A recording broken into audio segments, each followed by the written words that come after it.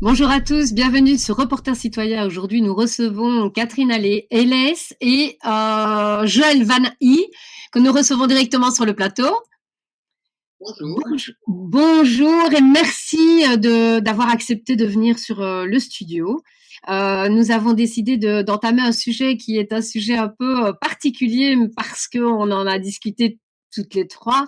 Et nous sommes bien conscientes que pour pouvoir sortir d'une matrice, il faut être conscient que nous sommes en partie, même complètement libres. Donc c'est pour ça que je vous ai demandé de venir parce que vous avez deux points de vue, un d'une manière un peu plutôt ésotérique et l'autre de manière plus factuelle et plus dans la matière. Et j'ai trouvé que c'était très intéressant de vous allier pour venir discuter de tout ce qui était souveraineté. Voilà. Exact. Donc, je vais vous laisser peut-être vous présenter toutes les deux, un tout petit peu pour qu'on sache à qui on a affaire. Comme ça, les auditeurs qui ne vous connaissent peut-être pas, ben voilà, font connaissance avec vous et puis on entame le sujet qui va être génial, je pense. Vas-y, Joël. Bon, alors moi, je m'appelle Joël Vanet. Professionnellement, je suis professeure d'anglais, de néerlandais, de communication. Je suis aussi auteur, donc poésie, roman, auteur jeunesse. Voilà, j'écris beaucoup de choses. J'ai travaillé beaucoup en collaboration. Je crois très fort à l'intelligence collective, même dans les travaux artistiques, effectivement. D'ailleurs, on fait partie du même collectif, on pourrait dire, artistique. Et alors, je me suis intéressée, moi, à la loi naturelle. Comment je peux dire? Le Covid a été un peu une claque dans ma figure parce que je faisais partie du monde académique ronronnant. J'avais le droit d'être marginale, mais voilà. Mais là, je me suis sentie tout à fait marginalisée, ostracisée, on va dire. Et donc, je me suis mise à réfléchir et j'ai pris mes décisions. J'ai agi en âme et conscience de la façon qui me paraissait juste. Et c'est ainsi que j'ai ouvert mon champ, je vais dire, vers la loi naturelle notamment.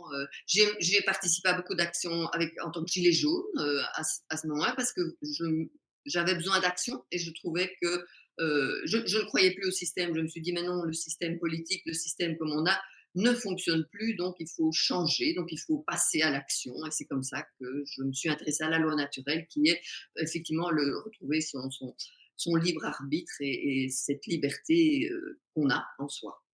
Alors, ça m'a parlé évidemment, puisque quand je t'ai rencontré donc chez Nicolas Lefebvre, hein, au 8e sommet citoyen, vous avez fait une conférence avec des avocats qui s'intéressaient également à la loi naturelle, ce qui m'a surpris parce que c'est quelque chose qui va un peu à l'encontre des avocats, hein, puisqu'il y a la représentativité qui rentre en ligne de compte, et là, tu reprends ta souveraineté au niveau judiciaire, etc. Donc, j'ai été bluffée.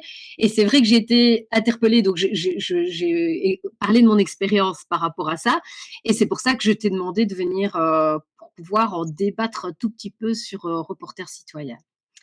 Alors, ben Catherine, nous on se connaît déjà, hein, parce que on a eu l'occasion de se rencontrer à Bruxelles. La première fois que je t'ai rencontrée, je t'ai interviewée concernant, et je l'ai mis en commentaire parce que je trouvais que c'était quelque chose d'impressionnant. Tu étais venue avec une très grande toile qui m'a vraiment transcendée. Et c'est pour ça que j'ai commencé à faire connaissance avec toi. Et puis, ben voilà, tu vas un peu nous expliquer ton parcours et pourquoi tu te retrouves ici aujourd'hui. Alors, je me souviens très très bien de notre rencontre et je me souviens très très bien de ton écoute et je trouvais ça vraiment magnifique. Je me dis, ah, voilà une personne qui sait écouter parce qu'il y avait un inter-échange, donc j'avais besoin de te dire ça aussi. Je me souviens très Merci, c'est bien. gentil. Alors moi, mon parcours, ben, je vais dire que je suis née artiste. J'ai aucune mérite. C'est un cadeau que j'ai reçu. J'ai toujours dessiné, j'ai toujours dansé, j'ai toujours même écrit aussi. D'ailleurs, c'est comme ça que Joël et moi, on s'est rencontrés dans des ateliers d'écriture. Et je constate encore aujourd'hui, en tant que présidente du Conseil constitutionnel en Savoie, combien travailler en groupe, c'est essentiel parce qu'on s'enrichit, on a des échanges et c'est toujours dans la bienveillance. Si c'est dans la critique scolaire et les mauvais points, non, ça, c'est fini. Et donc, de l'enfance que j'ai eue, qui est assez heureuse, j'ai gardé un goût de la liberté, mais je dirais rageux. Quoi. On touche à ma liberté, ça me met dans des états de rage grave. Et évidemment, quand le Covid a commencé, ben, évidemment, j'étais dans une réaction extrême, extrême. Et puis petit à petit, les circonstances ont fait que j'ai réentendu parler de la loi naturelle en écoutant Marc Passillot, etc. Et puis je me dis, ah mais je connais ce qu'il dit, c'est le Kybalion, je l'avais déjà lu. Et le Kybalion est, pour l'instant, avec la table d'émeraude écrite par Hermès Trismégiste, enfin attribuée, les deux sources essentielles pour l'étude de la loi naturelle. Alors, ma question était, en relisant le Kybalion, est-ce que c'est une nouvelle philosophie, une nouvelle façon de voir la vie dogmatique, ou est-ce que c'est vraiment naturel? Est-ce que vraiment c'est applicable à tous les épisodes de la vie, qu'on soit humain, qu'on soit animal, qu'on soit un nuage, qu'on soit, je m'en fiche. C'est naturel. Donc la nature, comment elle a été créée, d'où elle vient, c'est aussi traité dans le Kybalion qui parle d'une source qu'ils appellent le tout. Voilà.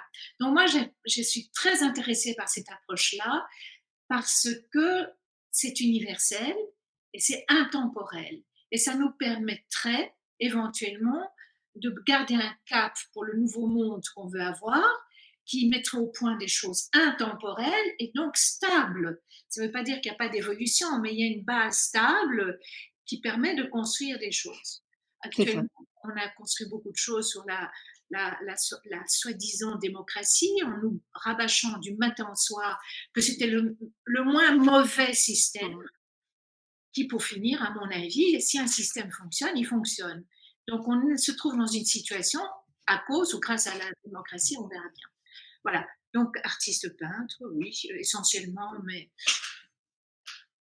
plein de choses. Oui, oui, mais bah, de toute manière, quand on est ouvert à la créativité, je pense que voilà, toutes les deux, vous êtes ouvertes et justement, vous fouillez, vous cherchez. C'est ça l'esprit créatif, c'est de Oui, ne pas rester cloisonné évidemment dans une croyance limitante, c'est d'essayer de trouver des solutions concrètes pour pouvoir sortir d'un système qui ne nous convient plus. Je pense que c'est quand même l'humain qui va s'adapter, qui va permettre, qui va s'en sortir. Donc à un moment donné, il va falloir trouver des solutions concrètes et construire et ne pas être tout le temps dans le comment dire dans la dénoncer. Alors moi je dis pas dénoncer, je mets en lumière. J'utilise déjà le mot mettre en lumière pour être sûr que ce soit quand même relativement positif. Mais c'est vrai que j'aime pouvoir trouver des alternatives et donner la parole à des gens qui essayent concrètement de donner comment dire des solutions concrètes pour pouvoir s'en sortir. Et effectivement, moi, j'avais eu l'occasion de lire le Kybalion. Et moi aussi, ça m'avait vraiment fortement interpellée. En ayant malgré tout des bases quand même, je vais dire, de croyances, je vais dire en un Dieu, etc. Ça n'enlève en rien le fait que je puisse quand même être une partie de ce grand tout. Et c'est ça que, bon, j'ai lu ce livre et je me suis dit, il y a quelque chose qu'il faut sortir de ça. Il y a quelque chose qui est de l'ordre de la porte de sortie, de secours contre la matrice, en fait. Oui, oui. Donc voilà. Alors, on va avoir deux approches peut-être un peu différentes, mais à la fois les mêmes. C'est le côté cartésien, enfin plutôt dans la matière, le côté un peu plus d'ordre spirituel. Et les deux sont indispensables parce que pour aller dans la matière, il faut qu'on soit spirituellement préparé. Et c'est là que je voulais vous rassembler toutes les deux parce que en ayant fait l'expérience d'oser aller à l'encontre, je vais dire, des lois humaines en m'imposant, je me suis rendu compte qu'il fallait être vachement aligné et c'est là que je veux venir pour protéger les gens qui oseraient mettre en pratique ce qu'on va discuter aujourd'hui. Il y a cette notion d'alignement qui doit être vraiment là, présente, et là je continue à le dire pour se protéger, mais il y a aussi cette notion d'action. Oui, tout Donc à fait. voilà, vous allez une parler d'alignement, l'autre va parler d'action. Alors je ne sais pas comment on peut procéder. Est-ce que on commence par le concret ou par le spirituel, comme vous voulez. Ben, moi, je préfère que Joël commence et si je peux rajouter là-dessus, si tu veux l'explication pourquoi spirituellement ça fonctionne, Voilà, c'est ça. parce que c'est pas une séparation, c'est Ouais. Non, vraiment une union que nous, c'est ce que je pense beaucoup de gens ont compris actuellement avec cette crise, on peut plus séparer. On peut plus séparer la matière et le spirituel, ça ne marche pas. Ça fait, mais c'est tellement bien écrit dans le Kybalion oui. justement aussi. Oui. Eh ben, moi, je voudrais rebondir sur 2 choses. On a parlé démocratie et créativité. La créativité, je vais prendre un exemple concret. Moi, en tant que professeur, quelque part, l'école est devenue un objet de soumission et d'asservissement. Parce que qu'est-ce qu'on fait à l'école? On apprend à répondre à des instructions et on désapprend la créativité. Parce que c'est exactement comme tu viens de le dire, la créativité nous aide à trouver des solutions originales, à nous adapter, à une situation concrète. Et donc, on croit qu'on vit en démocratie, mais en fait, c'est devenu une. Là, je reviens au tout et à l'individu, c'est devenu en fait une forme de tyrannie de la volonté d'une minorité de personnes sur une majorité de personnes.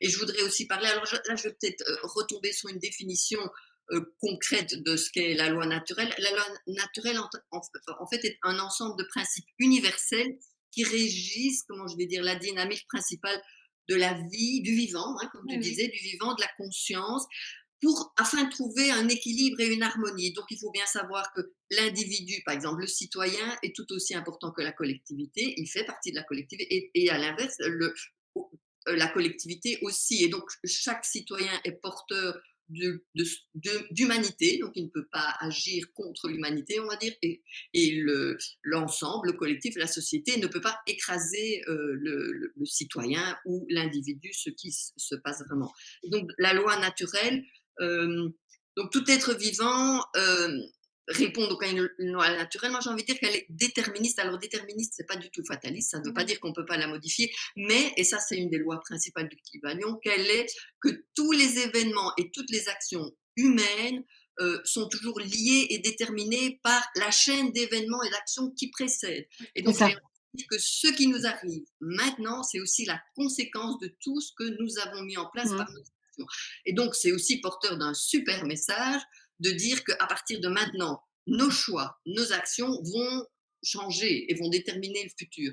Donc, c'est de là tout l'intérêt. Et donc, La responsabilisation.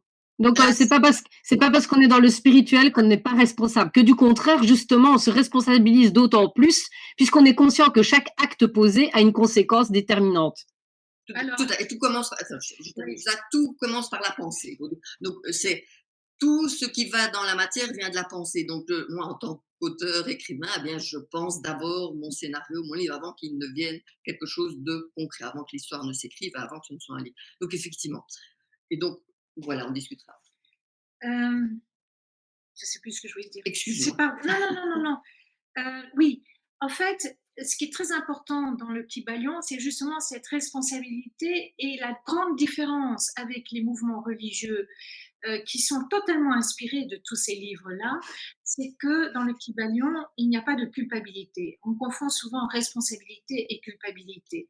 Donc, le premier travail d'alignement à faire, c'est de dire que la culpabilité, c'est quelque chose qu'on nous a implanté. Ça n'existe pas dans la nature. Il n'y a pas un sentiment de culpabilité qui se manifeste à quelque niveau que ce soit de la nature. Un lion qui mange sa gazelle ne se sent pas coupable et il n'est pas accusé par l'ensemble des gazelles comme le grand méchant lion.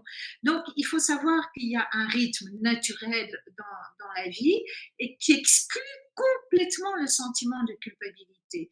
Et tu as parlé d'une chose, d'abord ma pensée et puis je passe à l'action. Et là, je vais sauter tout de suite au 7e principe de la loi naturelle qui s'appelle le principe de genre. Il faut savoir que dans le mental, nous avons aussi le genre mental. Dans notre mental, il y a le principe féminin qui est celui qui imagine, qui crée, qui rêve, mais s'il n'est pas accompagné du principe masculin qui est l'action, Mmh. c'est complètement à plat. C'est vraiment, je vais prendre une image très concrète que tout le monde va comprendre. Le principe féminin dans la femme de création essentielle de la matière, ce sont ses ovules et les ovaires. Tous les mois, il y a un petit ovule qui se balade. S'il n'est pas activé par le principe masculin, il y a Masculin, et le exactement. masculin est actif. On ne peut pas dire qu'il est passif.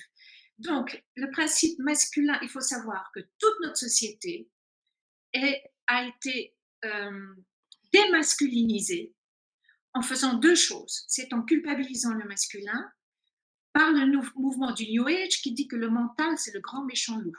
Le mental, c'est le méchant qui t'empêche de te connecter à la divinité Donc, qui il faut est. pas d'ego, c'est ça, on dit, il faut détruire l'ego, il faut détruire l'ego. Mais le mental et l'ego, c'est deux choses différentes. D'accord, L'ego, c'est, je reprends l'exemple que j'ai donné tout à l'heure, c'est un schéma très réduit. Euh, un couple, ça couple parce qu'ils s'aiment, mais l'ovule n'est pas là et le spermatozoïde est là, mais comme l'ovule n'est pas là, ça ne crée pas la vie. Mais ça crée du plaisir. Mais à l'ego, on peut faire la même chose et ça donne beaucoup de plaisir, mais ça ne crée rien. Voilà. d'accord, d'accord. Oui, oui, cool. L'ego ne crée rien. Oui, oui. Mais le mental n'est pas l'ego. Attention. D'accord. Et donc, là, je vais dire quelque chose de très important, c'est qu'en en mettant en survaleur le principe féminin, comme par les mouvements féministes qui vont aussi, hein, on peut aussi, voilà, et en critiquant le mouvement masculin, cette société est devenue stérile. Mmh. Stérile Mmh. à tous les niveaux, d'ailleurs on le voit concrètement, il y a moins d'enfants pour beaucoup de raisons et tout, mais comme disait Joël, tout vient d'une cause, Mmh. tout est fait d'une cause. Donc cette histoire de stérilité, elle vient de plein de causes, entre autres de celle-là, de ce schisme où tu as on va l'appeler le deep state, hein, c'est plus facile, euh, a lui aussi son principe masculin et féminin mentalement. Donc le deep state a ses idées, donc son principe féminin, qu'on va symboliser par un œuf. Et, et le deep state, c'est un coucou. Le coucou, c'est un oiseau qui va pondre ses œufs dans les nids des autres oiseaux. Okay. Et donc, lui, qu'est-ce qu'il fait, le deep state? Il vient pondre ses œufs dans tout notre nid.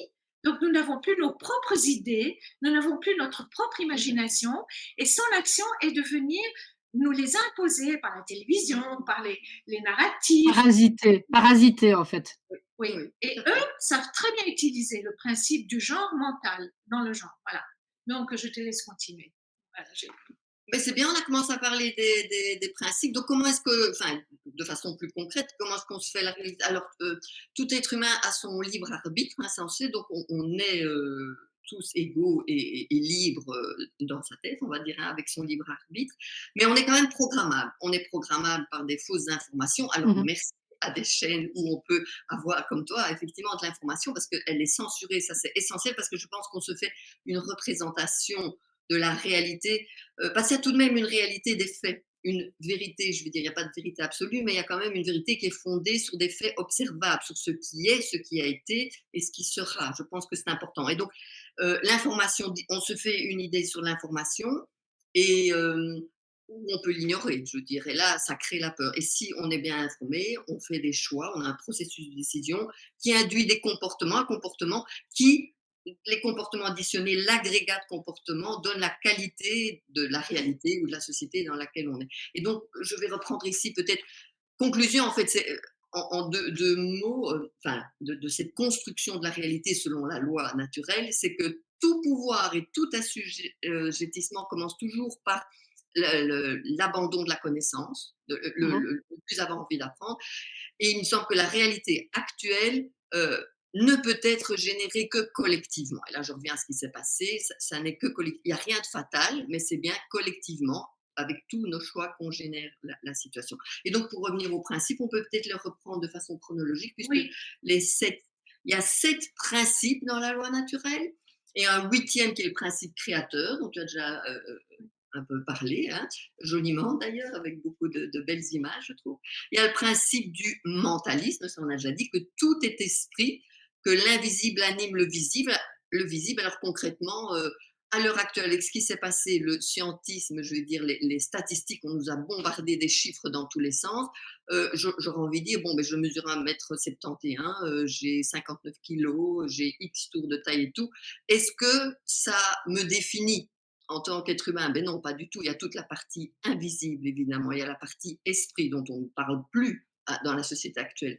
Et donc la pensée, en fait, elle mène à la manifestation des choses, comme on dit. Donc ça, c'est le premier principe. Donc, si on veut changer la réalité, eh bien, on doit changer notre manière de penser quand même. Donc, c'est la première chose, évidemment. Ça, on en a déjà un peu parlé. Je vais peut-être vite énumérer les principes et puis on les reprend. Ou bien Non, principe par principe, oui, ok. principe par principe. En fait, dans le principe du mentalisme, donc te dit que tu as le tout, hein, qu'on va appeler Dieu, et le tout est indéfinissable et surtout on ne peut rien séparer du tout. Donc le tout n'a pas d'extérieur. Donc à partir de quoi est-ce que le tout, l'esprit, crée? Si ce n'est à partir de lui-même, puisqu'il n'y a pas d'extérieur. Donc où est ce lui-même si ce n'est qu'il aurait un mental aussi? Donc le Kybalion dit, le tout est esprit, l'univers est mental. Oh là, mon Dieu, quand j'ai entendu ça, je me suis dit, qu'est-ce que ça veut dire? Je sentais bien que c'était hyper puissant. Parce que le premier principe explique tous les autres, au fait. Donc, l'univers est mental. Ça veut dire que tout ce que je vois autour de moi, qu'on appelle l'univers, cette chaise, le truc, les étoiles et l'infini, c'est créé, c'est comme si nous étions dans la pensée du tout. C'est comme si nous étions dans le mental de Dieu, on va dire. Nous sommes notre propre créateur. Oui, exactement. Par contre, là, je dois quand même parler de l'autre principe que tout est en haut, tout ce qui est en haut Oui, est en c'est bas, vrai. etc. Donc, nous sommes à l'image de ce Dieu. Ça, la Bible ne s'est pas trompée. Donc, nous faisons comme Dieu. Nous pensons, ça se matérialise. Ça se matérialise et ça reste dans le tout. C'est le tout quelque part qui peut encore. On n'est pas indiscutable. Qui est Alors, plus. Oui. Oui, voilà, donc ben là, pour rebondir par rapport à ça, moi je prends toujours cette définition que nous sommes un peu des cellules épidermiques du grand tout, mais enfin on pourrait être, en fait on fait partie du grand tout, donc on vient expérimenter nous et on alimente la mémoire akashique. Donc par notre expérience et le fait de déployer notre conscience, nous alimentons la conscience du grand tout puisque rien n'est séparé. Donc par nos actions, nous alimentons une conscience qui est beaucoup plus grande. Alors, Oui, moi.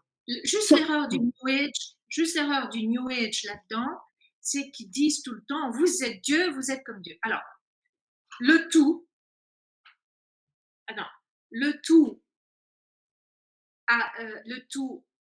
non, on va commencer par, le petit tout est dans le tout, le tout se trouve dans le petit tout, Exactement. mais je ne suis pas le grand tout. Mais je ne suis pas le grand tout. Voilà. C'est un exercice mental qui peut déboussoler les gens parce que nous sommes tellement habitués à la distance, à l'individualité, à croire que non, je suis séparée. Comment peux-tu dire que je suis là alors que je suis quand même pas là, etc. Il y a un petit exercice mental, mais à force de le répéter, tout d'un coup, je pouffe. Ça, c'est j'ai compris, mais c'est très évident à expliquer. C'est subtil, mais c'est tout à fait logique en fait au final.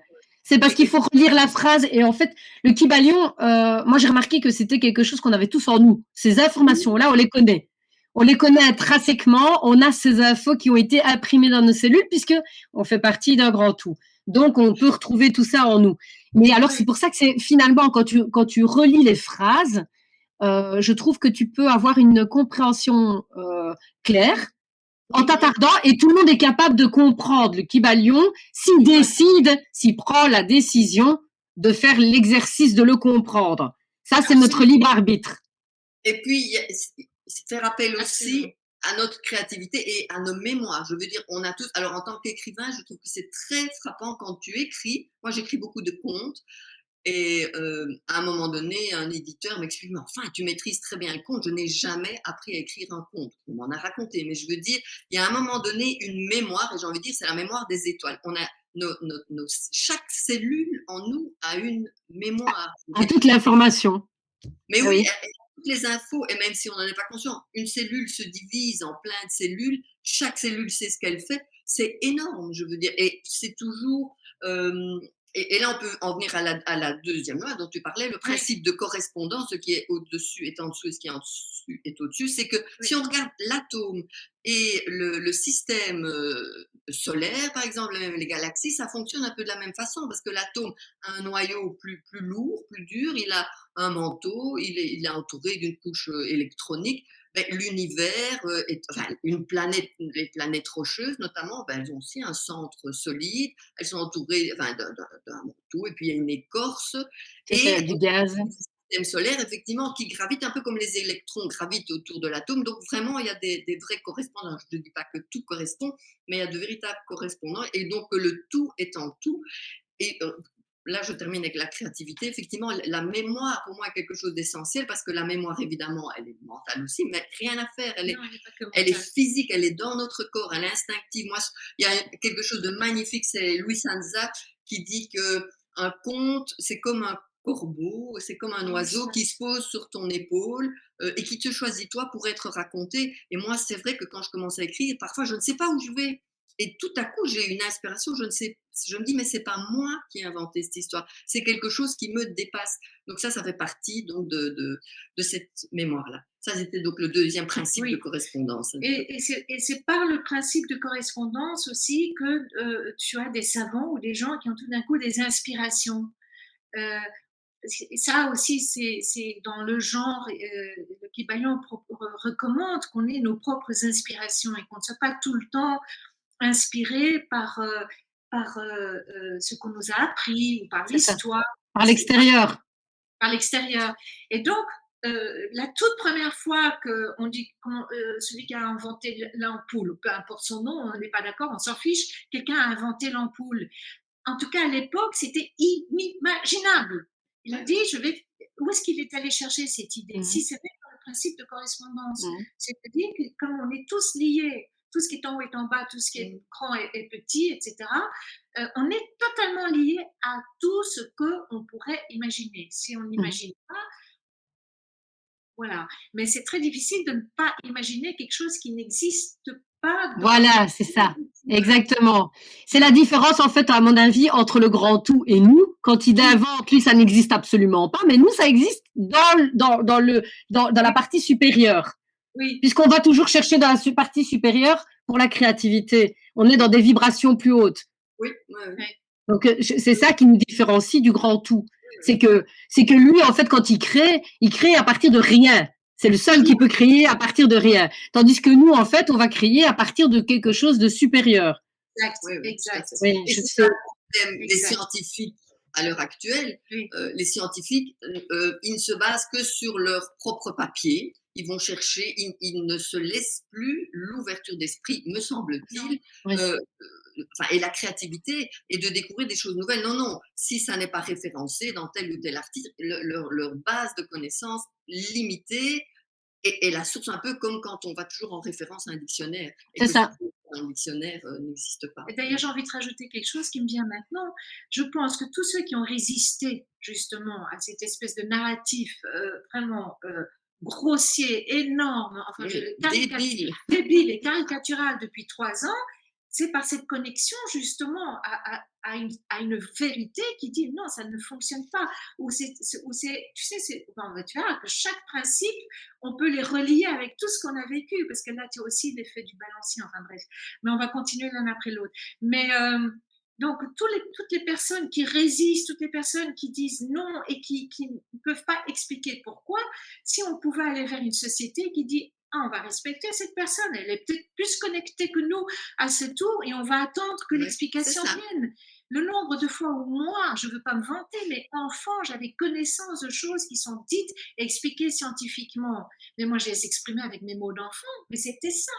C'était ça. Et c'est avec le recul, je me dis, ah bah quand même, je Mais pensais... on n'avait pas de filtre. Tu vois, on Oui, n'a pas de filtre à cet âge-là, on n'a pas de filtre qui nous empêche de voir ce qu'il y a au-dessus. C'est pour oui, ça que le troisième œil est bien ouvert quand on a un enfant, il est en connexion avec le tout. Tandis que nous, en fait, on nous a tout de suite formaté dès le on est départ. Dès qu'on va à l'école, comme tu expliquais tout à l'heure, Joël, on va à l'école, on nous formate déjà. Donc, oui, on nous empêche déjà de réfléchir par nous-mêmes. C'est le danger et c'est ce ils savent, que c'est un danger de réfléchir par soi-même. oui, oui, tout à écoute, fait. pour parler de cette connaissance des enfants, donc j'ai entendu là l'autre jour, c'est pas moi qui ai vécu cette histoire, je sais plus où c'était. Euh, il y avait la dispute entre les religions, Dieu, Allah, Jéhovah, les noms, les trucs, non, c'est pas le même et tout. Et un petit gosse de 5-6 ans va vers son père, ou une petite fille dit, mon nom c'est, je ne sais plus, allez, disons, on va dire Catherine. Mais tu sais qu'on m'appelle aussi, parce que moi j'ai eu des quantités de surnoms, on m'a appelé Cacahuète, Doudouze, Catherine, euh, enfin plein de choses. Et donc la petite fille dit, mais je m'appelle Catherine, mais on m'appelle aussi Doudouze, oui, mais on m'appelle aussi Cacahuète, oui, mais je suis toujours Catherine, oui. Eh ben Dieu, c'est la même chose. Ah, c'était génial, C'est c'était très génial. beau. C'est très Oui, beau, un enfant, oui. Mmh. ouais. Ouais, parce qu'en fait, pas de filtre. Ouais. Non, ouais.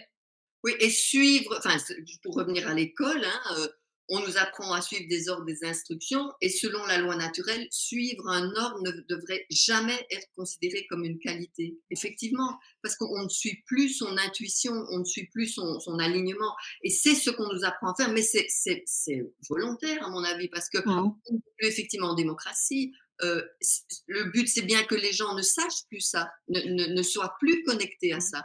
Et donc faire suivre, suivre les ordres, ben, on a connu, enfin, pendant la guerre, il y a eu ça, hein, enfin, c'était toujours j'ai suivi les ordres. Ça ne devrait, enfin, selon de nouveau la loi naturelle, suivre un ordre qui induit, selon la loi de cause à effet, une mauvaise action est une violence et c'est un acte criminel. Donc Mmh. on ne, enfin, ne pas s'écouter soi-même, ne pas écouter son humanité pour suivre un ordre assassin, ben oui, les suiveurs d'ordre, quelque part, ont une énorme responsabilité dans ce qui arrive, parce que souvent, on minimise et on voit des loups, hein, on personnalise, mais non, non, le suiveur d'ordre, c'est lui qui permet à cette situation. Et Qui perpétue la situation, qu'il un gouvernement, qu'est-ce qu'il veut, enfin, ou des politiques, ils veulent juste perdurer. Et mmh donc, mh. de nouveau, quand on parle que c'est le mental qui crée, on met entre leurs mains notre souveraineté pour que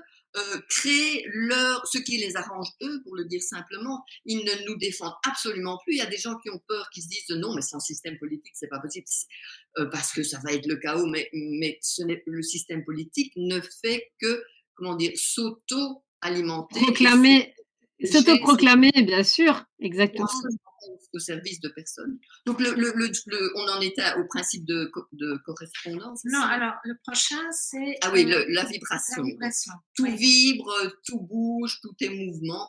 Alors, magnifique, c'est l'impermanence là-dedans, dans le bouddhisme. Hein. Évidemment, la seule certitude, c'est que tout change tout le temps. Alors, on fait des choix. Bon, on a tous vécu ça. Hein, on fait des choix. On a toujours plein de choix devant soi. Mais en tout cas, ce qui est certain, c'est qu'on ne fait jamais marche arrière et que tout choix fait qu'on a pris une certaine route et qu'on change et qu'on évolue, on change tout le temps. Mais qu'est-ce que c'est la marche, sinon ce merveilleux déséquilibre du Oui, mouvement? j'adore ça. Oui, C'est vrai que c'est une image magnifique, je trouve. Et donc, tout est possible aussi. On veut en fait nous geler, nous mettre dans quelque chose, dans un cadre qui ne bouge plus. Et ça, typiquement, la politique à l'heure actuelle, elle est très, très, très cadrante. mmh mh. Euh, mais c'est juste l'inverse, on est dans quelque chose qui bouge et dans la permanence et dans donc cette vibration. Moi, j'ai envie de dire, tout est respiration. Quand on nage dans la mer, les vagues, ben, une vague, c'est une respiration. L'univers qui s'expande, Qui ben, en s'exporte, expansion, oui. c'est de nouveau une énorme respiration. Enfin, la respiration dans le yoga est essentielle. Pour moi, tout est respiration. C'est la vie d'abord, c'est le souffle de vie et ça vibre et ça bouge tout le temps. Ça ne peut jamais être statique. Donc voilà, tout est vibration. Mais toutes les vibrations, ça, c'est assez facile à Oui, comprendre. D'ailleurs, on en parle beaucoup énergie. aussi dans le New Age, que tout n'est pas mauvais, qui dit augmentez vos énergies ou vos vibrations. Par contre, ce que j'ai envie de dire, il n'y a pas de bonnes ou de Non, mauvaises ça, je suis vibrations. d'accord. Tout est expérience et chacun a besoin de vivre la vibration qu'il vit. Par exemple, il y a des puristes mystiques qui vont te dire tu ne peux pas écouter telle musique parce que c'est une basse vibration. Oui, moi elle ne va pas me plaire. Par exemple, je ne supporte pas Mozart. J'en me régale avec des grands yeux. C'est une vibration qui ne me convient pas. C'est pas pour ça que D'accord. Agressif. Oui. Mozart est mauvais, parce qu'il y en a d'autres qui adorent Mozart. Mmh Alors, mh. toutes les vibrations dans le sens que si on le comprend, on peut en effet observer les vibrations aussi. Si une personne me semble attirante, magnifique, et que au fait, je me dis, tiens, mais quelle est la vibration qu'elle dégage? Et il y a moyen de le comprendre. Et je peux, moi, décider de m'aligner à cette vibration. Alors, moi, je vais utiliser une image de haut et de bas, mais ce n'est pas pour parler de bonnes ou de mauvaises vibrations. J'ai des amis qui, on n'est pas sur la même vibration. Et je La dois, même longueur d'onde, ouais, la même fréquence radio. C'est voilà, plus c'est une fréquence voilà, radio, c'est rien de mal en fait, mais c'est une fréquence radio qui n'est pas la même. exactement. Oui, oui. Et donc, Oui. parfois, ça m'arrive que pour aider cet ami, parce que c'est un ami et que je tiens à son bonheur, j'adapte mes Mmh. vibrations aux siennes. Mais ça m'épuise. Donc, Mmh. je ne le fais pas longtemps. C'est ça. En même temps, cette même personne peut elle aussi, si elle le décide, s'adapter à ma vibration. Et alors, il y a un système de spirale ascendante à ce moment-là qui est passionnante. Ça me fait un Et peu penser à comment on appelle ça? La syntonisation. C'est la syntonisation que, oui, tu te rappelles les pendules qui à un moment donné vont prendre la même distance. Donc au départ, on est dans des vibrations complètement différentes, puis à un moment donné, on va se rendre compte que bah, tout le monde va aller dans le même. Et c'est ça qui est merveilleux, c'est que c'est là que c'est peut-être la piste. C'est de toute oui, manière, c'est de se changer soi, parce que les gens autour de nous vont s'adapter d'une manière ou d'une autre à notre vibration. oui, Enfin, La résonance. exactement, c'est ça, la résonance. Oui. Mathias de Smet parle très bien, à un moment donné, c'est très très logique tout ce qu'il dit, il parle des mécanismes psychologiques et il parle de résonance à un moment donné. Effectivement, on résonne par rapport aux mais autres. c'est là où je pense quand même à certaines paroles, parce que moi j'ai été éduquée catholiquement, donc je connais bien la Bible, j'ai rejeté beaucoup de choses, et puis parfois j'ai dit non, mais je ne vais pas tout jeter. Et cette fameuse parabole de Jésus qui dit là où vous êtes à deux en mon nom, je suis là, c'est pas Jésus, c'est l'énergie christique. Donc si on est deux personnes avec la même Oui, longueur oui, d'onde, les autres C'est sont merveilleux, exactement. oui, oui, C'est ça. Oui. tout à fait, tout à fait. Et je donc pense que c'est peut-être pour ça qu'on se retrouve en fait entre personnes qui vibrent de la même manière. Et pour le moment, c'est assez flagrant. J'ai trouvé qu'on avait vraiment un nettoyage qui se faisait. Il y a des anciennes personnes qui disparaissent de notre vie, qui n'ont plus d'incidence. Ça ne veut pas dire qu'elles n'existent plus, mais on ne les côtoie plus. Elles n'ont plus d'incidence. Elles nous atteignent plus. Et puis alors tu es avec un autre genre de personnes, à un autre stade, à une autre fréquence radio, qui regarde, enfin qui écoute Nostalgie, comme nous, et peut-être que les autres écoutent Radio Contact et ils sont dans leur monde Radio Contact et nous on est dans notre monde Nostalgie. Et c'est oui, très bien comme ça au final. oui, c'est très bien parce que il y a, par exemple, au sein du gouvernement de la Savoie, actuellement, qui est on en parlera une autre fois, où tu en parleras Oui, avec oui, mais lui, on abordera quand même un tout petit peu le thème de toute manière en fin de... très rapide, il y a cette excellente volonté et qui part du cœur de vouloir aider tout le monde. Et donc de dire il faut élever les gens. Mais à un moment donné, la souveraineté, c'est d'accepter que la souveraineté de telle personne, c'est pas le moment d'être élevé parce qu'elle a Exactement. une expérience à Oui, vivre et tout ça. Et ça, dès qu'on a une once de capacité de pouvoir agir avec un certain pouvoir, sans utiliser ce mot pouvoir de façon négative, il faut tout le temps, tout le temps, tout le temps se rappeler que nous n'avons pas le pouvoir sur les autres. Point barre. oui. Même si c'est une bonne volonté, même si c'est pour faire du bien, même si c'est pour sauver quelqu'un qui veut se suicider, c'est pas pour ça qu'il sera heureux après. Voilà.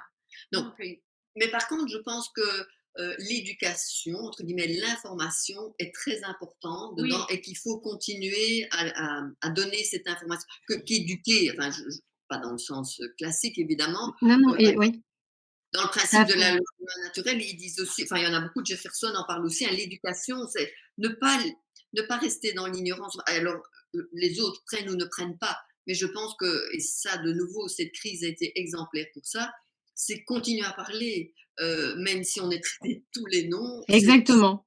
dans les Exactement, endroits. parce qu'on n'est pas conscient peut-être de l'impact qu'aura la petite graine plantée. Et je vais même dire qu'en fait, parfois le terrain n'est pas propice. Et dans la nature, il se passe parfois des choses un peu magnifiques. C'est qu'il y a parfois des insectes qui pondent leurs œufs dans un terrain où il fait très très froid. Et les œufs vont attendre parfois 2, 3 ans avant d'éclore parce que la température n'était pas propice. Et je pense qu'en fait, ce qu'on est en train de faire d'informer va permettre à un moment donné d'avoir cette évolution.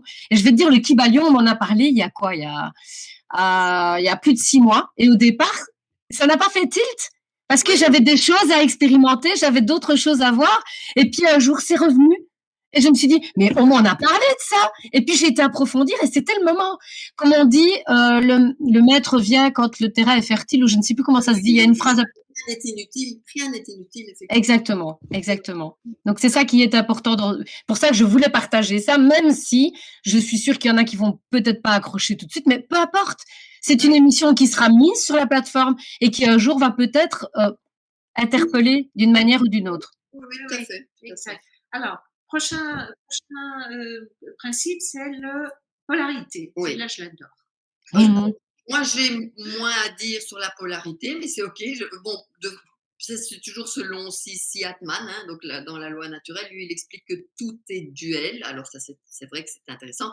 Il y a toujours des extrêmes, c'est un peu le principe du yin et du yang. Et dans le yin, il y a un peu de yang, et dans le yang, un peu de yin. En tout cas, les extrêmes se rejoignent quelque part et sont indissociables. Donc, on a besoin des deux, tout est pôle. On n'est pas opposés. Alors j'aime bien l'image plus scientifique, par exemple, le chaud et le froid sont-ils opposés? En fait, c'est plus l'énergie qui est importante. On peut dire que le froid, c'est l'absence de cette énergie qui crée la chaleur.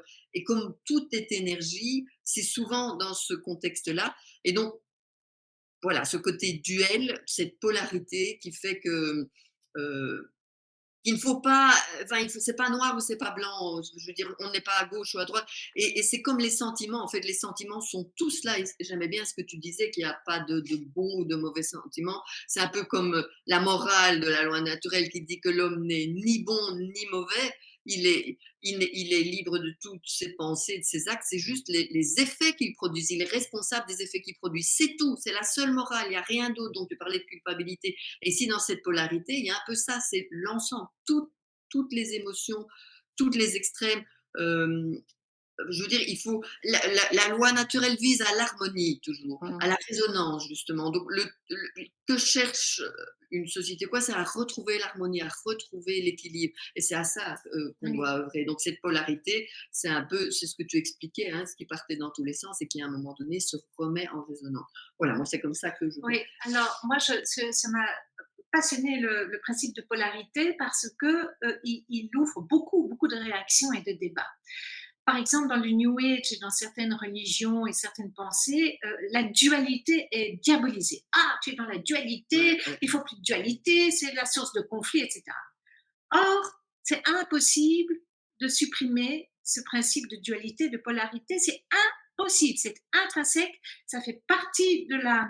de la nature entière. C'est que, comme tu l'as dit, alors, le meilleur exemple à prendre, c'est une pièce de monnaie ou une médaille. Je ne peux pas supprimer de la médaille son côté pile. Je ne peux pas. Ou tu peux mettre en lumière. Oui, c'est ça. Mais c'est encore mieux. En fait, ce qui est très intéressant avec la polarité, c'est que c'est flexible. C'est une question d'échelle. Tu peux avoir très... On a un thermomètre. Moi, je prends l'exemple d'un thermomètre pour ça. Moins 2, ou plus 2, ou plus 10, ou moins 20. Sauf que c'est infini. C'est infini la polarité. Alors, le rêve de tout le monde, c'est de dire on va créer un pays où il n'y a que la paix. Que la paix, que la paix. Oui, mais plus ta paix est forte, plus le côté conflictuel, si tu veux, grandit. C'est une question de poids aussi. Voilà. Donc, quelle est la solution, en fait, qui est préconisée par ceux qu'on appelle les sages, enfin, on s'en fiche. Maintenir l'équilibre. C'est l'équilibre, c'est le point zéro. Oui, c'est le point zéro. Et c'est là où j'ai compris quelque chose aussi, le New Age parle beaucoup de ça, mais le New Age parle tout le temps, soyez dans l'enthousiasme quand vous imaginez quelque chose. Non, parce que l'enthousiasme, c'est une énergie très puissante qui va attirer le contraire, c'est-à-dire la déprime. Oui. Donc, ce qu'il faut, c'est trouver, par exemple, je vais prendre un exemple très concret, imaginons que je dois déménager et que je sais quelle maison je vais habiter. Au lieu d'imaginer, parce que ça c'est le mental, on revient au premier principe du mental, au lieu de me dire, voilà, je suis déjà dans cette maison et tout va bien, je suis dans la maison. Non, j'y suis, c'est normal. Ça, c'est la bonne énergie, c'est le point zéro. Parce que là, j'ai rassemblé les deux. Et à partir où quand on va rassembler deux, c'est pas la pièce de monnaie. T'es jamais déçu d'une manière ou d'une autre. C'est pas trop peu. Alors moi, je prends ça aussi comme l'idée de quand tu jettes une pièce, en fait, il faudrait qu'on arrive. Donc les émotions sont toutes là, on les connaît, on en a plein des émotions. Ce qu'il faut essayer de faire, c'est de stabiliser les émotions. Donc c'est que tout ce qui vient de l'extérieur n'ait pas d'incidence de trop sur tes émotions. Donc c'est comme s'il y a un caillou que tu jettes dans l'étang, si tu fais plouf, ça va secouer et ça va être déstabilisant. Tandis que si tu lances la pierre, mais que tu fais un ricochet, eh bien, en fait, ça va effleurer tes émotions, mais tu vas rester stable, même si tu sens ton émotion quand même, parce que tu dois la vivre, mais alors elle ne doit pas avoir d'incidence sur tes émotions profondes. Ouais, c'est Tiens, tu sais, avec cette image que tu utilises, en fait, les ondes ne se cassent jamais. Ça, c'est très intéressant. Donc, quand une pierre tombe dans l'eau, qu'elle fait des ondes, tu en mets une autre, les ondes continuent et elles ne se cassent jamais. Donc, ça, c'est très D'accord. intéressant dans ce principe-là Ah ben, aussi. c'est le cause et Euh, effet. Là, tu oui. rejoins de nouveau le principe de cause et d'effet, c'est qu'il ne faut pas croire que rien est anodin. Rien n'est pas anodin. Ça Il faut n'existe l'accepter. Il faut l'accepter, en fait. Il faut aussi être dans l'acceptation que, comme ça a un effet, il faudra se rediriger différemment. Et c'est d'être en équilibre de nouveau. J'ai tiré un peu trop vers la droite. Il va falloir que je retire vers la gauche. Et c'est maintenir chaque fois le cap en étant dans le surf, en fait. Oui, et le point de mire, c'est son humanité, c'est son alignement, comme tu disais. L'alignement, oui, c'est ça. C'est toujours cette résonance, j'aime beaucoup, c'est comme dans les pianos, il y a des cordes et il y a l'harmonique, qui est le son qui se met en place quand on joue, enfin, qui ricoche sur les autres cordes. Et c'est vraiment ça qu'il faut atteindre, ce point, enfin, neutre, peut-être pas joli, mais ce point d'harmonie. Ouais. En fait, tout à l'heure, j'ai pris un exemple, mais qui n'est pas bon, en disant je suis un pays de paix, de paix. En fait, la paix, c'est l'équilibre. La paix, c'est le point zéro. Ça, c'est le sentiment de paix où tu es toujours tranquille, tu as une confiance que tout ce qui va se passer, ce sera toujours, ça va passer. C'est ça. Ça, c'est le sentiment de paix. Donc, le sentiment de paix, c'est dans la balance, c'est ici le centre. Ou bien dans la pièce de monnaie, au lieu de faire pile ou face, je mets ma pièce de monnaie comme ça. Sur l'arête. Sur l'arête et elle peut tourner. C'est ça. Infiniment, exactement. Oui. Oui, j'aime bien cette idée-là parce qu'en fait, ça veut dire qu'en fait, on ne doit pas combattre quelque chose parce que si tu montes, tu lui donnes de l'importance, mais tu ne dois pas non plus alimenter le négatif, enfin pas le négatif parce qu'il n'y en a pas, mais l'autre alimenter quelque chose. Tu ne dois pas et combattre ni trop l'alimenter. Donc il y a un juste milieu à avoir, c'est de pouvoir prendre suffisamment de recul pour accepter ce qui est et de pouvoir avoir une incidence sur ce qui va venir en étant vraiment posé et en se disant, tiens, voilà. Maintenant, je vais réfléchir à ce que je peux mettre en place pour changer l'orientation de ce qui se passe. Et c'est ce qu'on essaye de faire ici. Et rien que ce que tu vibres dans ce que tu dis, ben, ça va forcément influencer les autres. Exactement. Ça va faire résonance chez les autres. Exactement. Oui. Oui. Et donc, le prochain, tu vas voir qu'il est en lien avec le truc de polarité, Oui. que j'expliquerai après. Alors, il y a le principe du rythme, hein, et ça, c'est vrai que dans la vie, c'est important. Tout fluctue, tout a ses cycles, ses marées, sa durée, toute chose a sa naissance, son apogée, son déclin, sans non plus. Enfin, ça peut recommencer. Il y a plusieurs cycles. Par exemple, moi, Les saisons. Oui, des saisons. Je faisais des haïkus et j'avais écrit que vieillir, c'est accepter l'hiver sans attendre le printemps. Il y a aussi chaque saison qui a son, par exemple, le vieillissement est quelque chose de magnifique, puisque alors la mort, on croit ou on ne croit pas, enfin je veux dire ça, on a mais être dans ce qu'on est, dans l'âge qu'on est, dans le cycle qu'on est, l'accepter, accepter le changement de lune, accepter, ça nous rend déjà beaucoup plus heureux, ne pas être toujours en lutte avec le rythme. Effectivement, on a son propre rythme, il y a le rythme des autres aussi, évidemment. Mais être en accord avec ça, ben oui, la vie actuelle, évidemment, on court dans tous les sens et on ne s'écoute plus à force on se remplit de tas de choses pour ne plus sentir ce rythme. Ah, moi j'adore nager, effectivement, se mettre dans l'eau et sentir le rythme de la mer, vraiment, et se laisser couler, enfin, se porter par les vagues. De nouveau, c'est une grande respiration. Pour moi, c'est un moment magnifique, quoi. Et là, on peut tenir longtemps, on n'a plus peur des abysses, de ce qu'il y a en dessous. On fait vraiment partie du tout. La mer, c'est très, très inspirant, ça c'est vrai. Bon, alors, le principe du rythme, il peut s'appliquer à plusieurs choses. Par exemple, on va prendre le principe du rythme de choses qu'on ne peut pas contrôler. Et je vais donner un sujet dont tout le monde parle et personne n'est d'accord. Le changement de temps, de climat, c'est un rythme, c'est naturel. Alors, tant qu'on lutte contre ça, on ne règle absolument pas le souci. Le rythme va avoir lieu. On pourra peut-être diminuer un tout petit peu le rythme, mais alors c'est en utilisant des produits néfastes, donc il y a aussi des effets, etc., etc. Donc, le principe du rythme demande d'être accepté dans la nature même, je vais dire.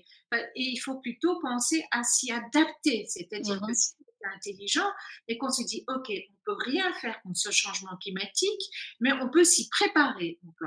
Et il faut s'inspirer des pays qui vivent dans une extrême chaleur et qui ont déjà pensé comment naturellement, par des constructions de courants d'air, Les termites, hein. oui, et tout ça. Mais oui, c'est vrai. Donc, il y aurait vraiment moyen de ne pas souffrir du rythme naturel de la nature. Il y a moyen. Mais dans notre tête, par exemple, je reviens aux polarités. Ah, mon Dieu, je suis hyper cafardeuse. Ah, je suis toute contente. Voilà.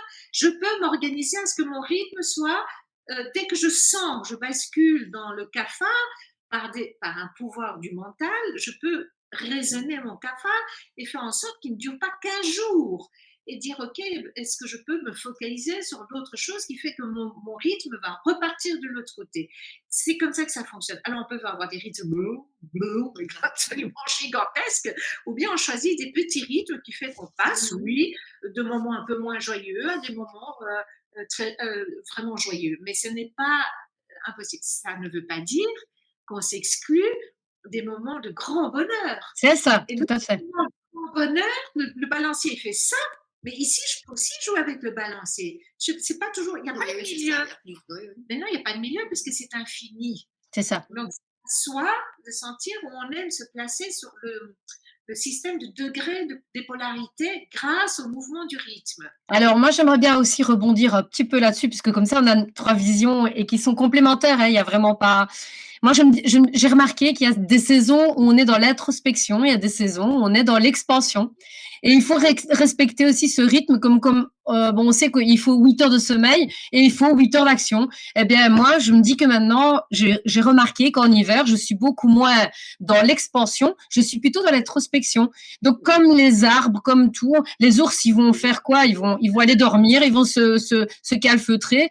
Eh bien, en fait, j'aurais envie de me dire que c'est une période d'introspection. Et quand on est au printemps, on commence de nouveau à vouloir aller vers l'extérieur. Et je remarque ça même, alors ça a l'air con, hein, mais je remarque qu'il y a beaucoup plus de, comment dire, alors là, c'est dans le relationnel. Tu vas voir plein d'hommes qui vont arriver au printemps. Ah, ça c'est Alors qu'en hiver, tu vas voir personne. Mais bon, voilà, ça fait sourire, mais c'est vrai en plus. Je dis toujours, le retour des brouteurs, c'est toujours au printemps que tu commences à avoir 36 000 hommes qui viennent oui, te téléphoner. Parce que c'est une saison où c'est un rythme où l'humain est comme un animal. Il y a la période de rut, j'en sais rien moi.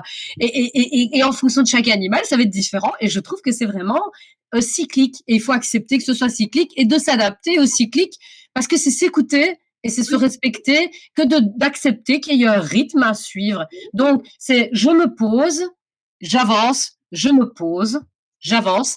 Et c'est très bien comme ça. Il faut accepter qu'il y ait des fois où on ne soit pas dans une énergie où on a envie d'être en expansion, mais plutôt en introspection.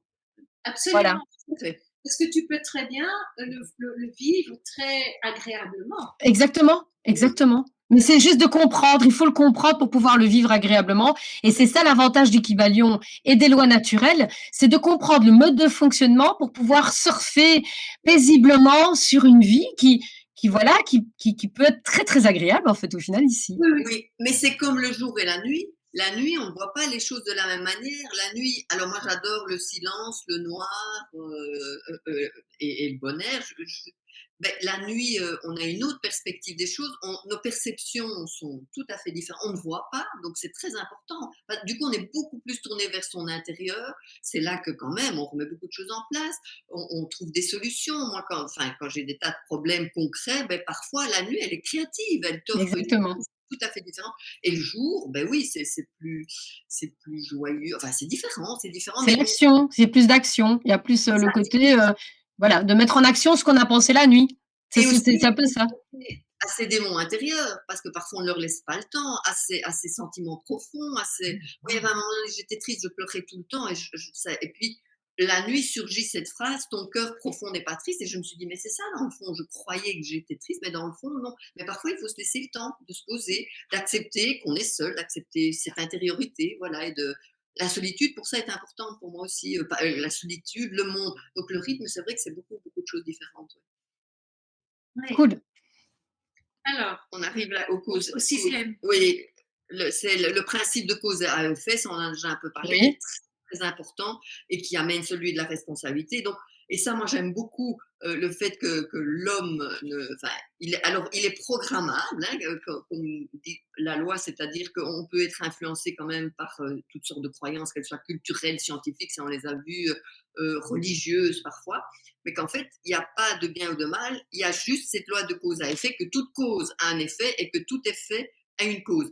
Et que tout, à l'origine, de nouveau, c'est le mental, la pensée, le début de l'action, on va dire. Et donc, chacun est totalement libre de ses pensées, de ses paroles, de ses actions, mais dans une loi plus citoyenne, on pourrait le concevoir positivement, mais pas de leurs conséquences et de leurs effets. On est responsable des effets, par exemple. Et ça, c'est important de pouvoir le garder. Et je pense que si on pense rédaction d'une nouvelle constitution, par exemple, parce que les constitutions, là, je suis très concrète, ou un règlement d'ordre intérieur dans une école, c'est toujours basé sur la sanction, la faute, celui qui faute, on va faire comme si, l'étudiant qui triche, il va être puni comme ci, comme ça, et on ne parle jamais du positif. On pourrait rester là-dessus, que toute personne est responsable et qu'on ne répond que de ses actes à soi. Alors on ne répond ni de ses pensées, ni du reste. Le mal, ce n'est que quand on agit mal. Voilà, quand on nuit à autrui. Mais en dehors de le mal n'est qu'une action, selon la loi naturelle. Alors moi, j'avais vu le vol. C'était ce qui résumait. C'était le vol. Oui, oui, tout à fait. Voilà. Oui, oui, C'est peut-être toi qui en as parlé, je ne sais pas. C'est parce que ça m'est venu. Mais le vol, en fait, résume tout. On vole la vie, on vole le bien d'autrui, on vole sa liberté d'expression. Il y a plein de choses, mais c'est le vol qui rassemble, en fait, la seule chose qu'on ne doit pas arriver à faire avec autrui. C'est ça, c'est ça. Et toujours le respect c'est tout simple. Donc, en fait, et donc cette loi de cause à effet, elle nous dit, et moi j'aime bien revenir à ça, c'est que rien n'est irrémédiable, mais que nous sommes bien responsables de la situation dans laquelle on est. Et il faut arrêter de reporter toujours cette responsabilité sur les autres. Donc les suiveurs d'ordre sont responsables enfin je parle d'un point de vue politique, ce qui nous arrive, c'est entrer dans une société très censurée, totalitaire, de totalitarisme administratif, etc. C'est nous qui avons laissé faire. C'est nous qui avons suivi, qui avons accepté. Et c'est toujours. Alors là, on pourra en parler plus longuement, hein, de ce truc de souveraineté. On a donné notre liberté à d'autres. Voilà, on a mis au nom de la sécurité, on a abdiqué de notre liberté, on a abdiqué de notre connaissance. On se dit les autres connaissent, hein, les fameux sachants. On écoutait les gens qui venaient raconter, les experts. On ne s'alignait plus. On sentait très bien qu'il y avait quelque chose qui n'allait pas. Mais on se dit non, mais voilà, il y a des experts. Ça, c'est de nouveau abdiquer. Les experts de terrain, les experts de plateau. Hein. Voilà, oui, oui, oui. J'ai entendu quelqu'un qui disait ça m'a fait hurler de rire, les experts en trop de culosserie. Oui, c'est un peu ça. Et surtout, c'est les mêmes qui sont tout, hein. Certains journalistes, ils sont experts en ceci, puis experts en guerre d'Ukraine, et puis experts en tout. Hein. Tout à fait. Ouais. Moi, je suis un expert de moi-même. C'est déjà pas mal. Hein, je pense que ce serait vraiment la base, d'être expert de soi-même. Oui, Tout alors, à fait d'accord. dans le principe de cause et d'effet, si tu dis ça à qui que ce soit, il dit, mais oui, bien sûr, mais ce qu'il y a, c'est qu'il faut vraiment, à un moment donné, s'arrêter et réellement prendre conscience de ce que ça veut dire. La cause, moi j'aime bien le jeu du domino. C'est pas juste deux dominos, ping et l'autre qui tombe. Non, quand je fais quelque chose, j'ai une chaîne de choses qui tombent. Et on ne se rend pas compte. Et ça, je trouve qu'en politique, c'est con, ils s'y pensent plus. C'est tout. C'est au jour le jour, et puis c'est pas grave. La façon dont la guerre qui se passe en Ukraine est analysée oublie complètement les dominos qui ont été tombés en 2014 et 2015 et même avant, qui ont créé les choses comme ça. Non, alors non, ça c'est pas vrai. Et ça, je trouve que c'est un manque de sagesse et carrément d'intelligence. Donc, au fait, on devrait vraiment apprendre à être de nouveau là, en contact, et aligné, et être en contact avec cette souveraineté intérieure. Et avant de choisir et même de parler, on devrait chaque fois être en contact avec cette énergie-là et dire, je dis, je ne dis pas, je le fais pas. Et oser se taire quand on entend tais-toi. parce que moi, je le pratique souvent, ce truc, et souvent, je n'écoute pas. Quand même, je sors le truc, et puis J'aurais dû me taire, j'aurais dû me taire. et après, je vois tous les dominos qui tombent, et ça revient vraiment le dernier domino, mais il revient en force. C'est ça la cause et effet. Donc, quand on parlait tout à l'heure d'offrir tous les moyens à toutes les personnes de pouvoir s'éduquer sans censure, en fait, c'est ça. Ouais. C'est que plus on censure, moins l'esprit peut être confronté à quoi que ce soit. Donc, il est juste complètement bêta, bébé, baba devant 1, 2, 1, 2, 1, 2. Il y a plus, c'est comme un ordinateur. Il y a plus de subtilité, de créativité. Qui permet après justement de pouvoir penser, réfléchir. Oups, je m'arrête. Je sais que maintenant ça va. J'entends très souvent tais-toi, j'écoute. Oh mon Dieu, ça me demande des efforts énormes, mais j'y arrive. Oui. Par exemple, voilà, parce que je sens que quelque part, c'est ma rage, c'est mon ego qui est furieux de ce qu'on vient de lui jeter à la tête et je réagis. Et il y a des moments où la colère est bien saine, il faut le faire. Tout à fait. Parfois tu as un domino qui a donné une bonne claque à quelqu'un qui fait que les autres dominos ne tombent plus non plus. On demande quand même un positionnement, mine de rien, pour se sentir bien, il faut se positionner. Tu ne peux pas dire que tu vas à gauche et à droite tout le temps parce que sinon tu ne seras pas stable. Je pense qu'il faut quand même aussi pouvoir choisir de se positionner à un moment donné. Si j'ai pris un tel chemin, il va falloir que je mette les choses en place pour arriver à ce que j'ai envie d'aboutir. Donc il y a un positionnement qui se fait puisque tu te responsabilises, tu es obligé quand même de prendre une ligne de conduite. Oui. Donc, et oui, ce qui est rassurant pour boucler cette histoire de domino, c'est que il y a toujours, toute cause a un effet, donc il y aura toujours un effet. Et ce qui se passe pour le moment, rien à faire, ça va s'écrouler parce que on a peur, ça gros. Et c'est vrai que la pression est énorme, et il y a beaucoup de souffrance liée à ça, mais n'empêche que tout acte posé à un moment donné a des effets, et ces politiques totalement irresponsables, selon moi, qui sont en train d'être appliquées, rien à faire, elles auront un effet. Et peut-être, encore merci, celui de nous réveiller. De nous réveiller, voilà. Donc, oui, donc moi je suis ok aussi avec ça. Il faut qu'on se rende compte que effectivement il va avoir des conséquences. Il faut rester rassuré parce que de toute manière tout se met de manière juste. Oui. Quoi qu'il arrive, c'est quand même dans le bien du grand tout. Oui. Donc moi c'est ce que je dis. Si je dois partir, au final. C'est pas grave. C'est le bien collectif finalement. C'est pas que je m'oublie au niveau à titre individuel, je fais ma part de travail, j'ai pas envie de mourir trop vite, hein. Mais si c'est prévu comme ça pour que les choses se mettent paisiblement et comme on a justement moins cette peur du passage. Oui, tout à fait. Donc on est beaucoup plus conscient aussi qu'on a des responsabilités parce qu'on risque de revenir. Et ça aussi, il faut en être conscient. C'est que si on croit à une forme de réincarnation et de passage simplement uniquement et de revenir vivre une autre expérience, eh bien, il faut qu'on soit conscient que tout acte posé a une conséquence. Donc, quand on reviendra, il faut que ce soit mis en place pour qu'on puisse récolter les fruits de ce qu'on a déjà travaillé, en fait.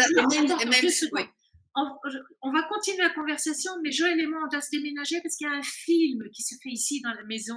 D'accord, mais c'est pas grave, on coupera au montage, tracasse. Ok. Alors, tiens, on va aller dans une autre pièce. On va aller dans la chambre. Ah, ok. Voilà. On va pas couper le truc. Je prends juste ça. Oui, tu Non, moi je couperai au montage de toute manière. Oui. Mais pour l'instant, je laisse comme ça. Voilà. Bien. Oups. Donc, on va fermer cette porte. Oui, tu l'as fait. Parce qu'ils sont en train de voir et donc… Tracasse, il n'y a pas de souci. Oui, tu m'avais expliqué, il n'y a pas de problème. Oui. Bon, comme ça, montage, c'est pas parfait. Alors, on va s'installer d'abord de façon confortable. Comment est-ce qu'on va faire? On va se mettre ici, toutes les deux, et moi, je vais tenir sur le lit. Oui, j'ai pas de table, mais on va faire… J'ai ça. Attends. De toute façon, on a presque fini, mais on peut encore en discuter des heures et des heures. Hein. On peut aller en profondeur dans chaque… Il y a peut-être le tableau qui est intéressant le tableau des lois universelles, les chemins. Ouais. Ça, c'est intéressant. Ouais, Voilà. il y a pas de souci, moi, je veux dire, il y a pas de problème. Non, il reste un principe. Et puis Hein, le après, principe du genre après, oui. oui, J'ai- du genre. Bon, moi, j'ai pas grand-chose à dire. Et il y a aussi le principe, le 8e principe, l'attention. Ça, c'est assez Mais c'est intéressant. pas un principe, C'est c'est ce qu'il appelle le principe générateur. non, mais ça c'est Sissi Atman qui a rajouté quelque chose et le principe générateur c'est le tout, point barre. Oui, mais voilà, il y a des choses quand même à dire. Oui, mais c'est le tout. Oui. Mais on peut en parler, c'est le tout, c'est le. Allez, on recommence, on recommence. Oui. Donc, donc c'est le 7e principe ici alors maintenant? Oui, c'est ça, le principe du genre. oui. Que tout a, Voilà. voilà, ça, on a fini. Oui, non, pas encore. Oui, on en a déjà parlé pas mal, hein, que tout a son principe masculin et féminin. Ça revient un peu, pour moi, aux polarités aussi, quelque part. Oui, tout à fait. Le principe du genre, si tu veux, est tellement combattu actuellement, mais totalement avec le mouvement wokiste LGTB plus QQ machin, où tu n'es plus un genre, tu es tout à la fois. Ce qui est vrai d'une certaine façon, mais tu ne peux pas mutiler physiquement un corps sous prétexte, enfin tu peux pas, tu le fais, mais c'est une mutilation, je vais dire. Et il y a une souffrance. Il y a une souffrance, et du coup, ça coupe la créativité, point barre, ça coupe la créativité, pas que au niveau physique, c'est-à-dire de pouvoir faire un enfant ou pas. Après, évidemment, avec toutes sortes de substituts, il y a peut-être moyen, hein, avec des espèces d'utérus magiques et je ne sais pas, mais il y aura, selon le... Des conséquences, il y aura des conséquences. Il y aura des conséquences. Alors moi, je voulais juste pour préciser par rapport au genre, on a tous effectivement une partie féminine et masculine. Et même quand on est dans un couple, on a l'homme qui a une partie féminine et masculine, la femme a une partie féminine et masculine, et on demandera simplement de conserver un certain équilibre qu'on va trouver chacun tout à fait différent dans chaque couple. Donc on n'est pas là dans un jugement de nouveau. Tu dois faire la cuisine pour la femme et tu dois aller faire les travaux sur la toiture pour l'homme. Si c'est la femme qui prend un marteau et qui fait les bricolages, ben, peu importe, on s'en fout tant qu'il s'y retrouve. Mais on sait que la femme a un corps féminin avec des limites féminines, que l'homme a un corps masculin avec des forces masculines, et qu'on n'est pas les mêmes, mais qu'on est complémentaires. Et c'est indispensable d'être complémentaires. Donc l'un ne va pas sans l'autre. C'est ça qu'il faut pas rejeter l'un ou l'autre. Mais on n'est pas là pour mutiler parce qu'effectivement, alors là, il va avoir des conséquences parce qu'on déséquilibre quelque chose de naturel. C'est l'humain qui se permet de déséquilibrer de nouveau quelque chose de naturel. Et on a quand même une perception différente. La femme, je suis désolée, elle est intérieure. Tu vois ce que je veux dire? Notre sexualité, elle est intérieure. On a cette matrice, on a cette toute puissance féminine qu'on peut, enfin, pas seule évidemment, mais on porte la vie, on crée la vie, et l'homme est plus extérieur. Voilà, si on parle même sexuellement. Oui, exactement. C'est deux approches différentes qui sont totalement indispensables. Et indispensables et complémentaires. Et pas complémentaires, indispensables et dans l'instantanéité, par exemple, pour reprendre l'exemple d'un ovule fécondé par un spermatozoïde, c'est parce qu'à un moment donné, paf, ils s'unissent tous les deux. Oui, oui. C'est pas le masculin qui dit je vais te donner un petit peu et puis le verre qui dit je donne un petit peu. Non, c'est une totalité ensemble, tu vois. C'est intéressant de comprendre que cette totalité du masculin et féminin en soi, qu'on soit homme ou femme, en dehors de la procréation physique d'un enfant, est hyper puissant. Et si on veut créer, c'est très intéressant parce que il faut savoir que le tout premier principe, c'est le principe du mentalisme. Donc, que c'est le mental qui crée. Et le dernier principe, c'est le principe du genre. Pour dire que si tu n'as pas le genre mental, tu ne crées rien. Et il ne faut pas oublier que dans le genre, la puissance masculine dans notre mental, c'est aussi, ok, j'ai décidé de changer de caractère, de changer d'habitude et ne plus tout le temps, par exemple, qu'est-ce que je pourrais prendre? Quelqu'un qui aurait des addict, voilà, oui, c'est ça. Voilà, qui aurait des addictions, il dit je vais arrêter. Ça, c'est la pensée féminine. C'est le principe féminin. Oh, je vais arrêter, je sais, je vais faire comme ci, je vais faire comme ça, et puis il fait rien. S'il n'engage pas cet effort mental qui, quand il va prendre son verre de whisky, par exemple, lui dit stop. Ça, c'est le principe masculin. Mmh. Et il faut comprendre que c'est indissociable. Ça doit être C'est ça. ensemble. Oui, Et alors, Exactement. tout à fait. nous créons de la matière aussi. Ah oui, je voulais rajouter une chose qui n'est pas qui est souvent expliquée aussi, c'est que tout est illusion. Bon, c'est pas vrai.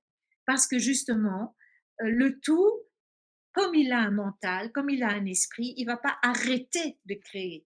Et l'illusion, elle est juste entre. Imaginons que je puisse, là je tombe dans de l'ésotérisme. Imaginons que j'ai une machine qui me permette de ralentir le rythme le rythme des fréquences, des vibrations, ok. Si je ralentis ou accélérer, je pense que je ne sais plus lequel des deux crée la matière. La matière, c'est ralentir, je crois. Voilà, la matière c'est Puisque ralentir. c'est densifié, ça ralentit. Ok, donc je vais faire le contraire. Je vais augmenter le rythme de la vibration, Mmh. c'est-à-dire qu'elle sera de plus. Du coup, je vais croire qu'il y a une illusion. Je vais croire qu'il y a une illusion parce que je ne vais plus voir la table. Je ne vais plus voir les choses autour de moi. Et là, je vais partager une expérience personnelle que j'ai vécue. J'ai pratiqué le bouddhisme pendant 6 ans et, dans une communauté bouddhiste, et il y avait des maîtres tibétains qui venaient nous donner des enseignements. Et moi, quand je m'engage dans quelque chose, j'y vais à fond parce que sinon, je trouve que l'expérience est malhonnête. Et donc, quand il y avait ces maîtres tibétains qui venaient donner les enseignements, on était déjà tous assis par terre, les jambes croisées, ce qui est déjà une façon d'être un petit peu. Enfin, ça crée une pression sanguine.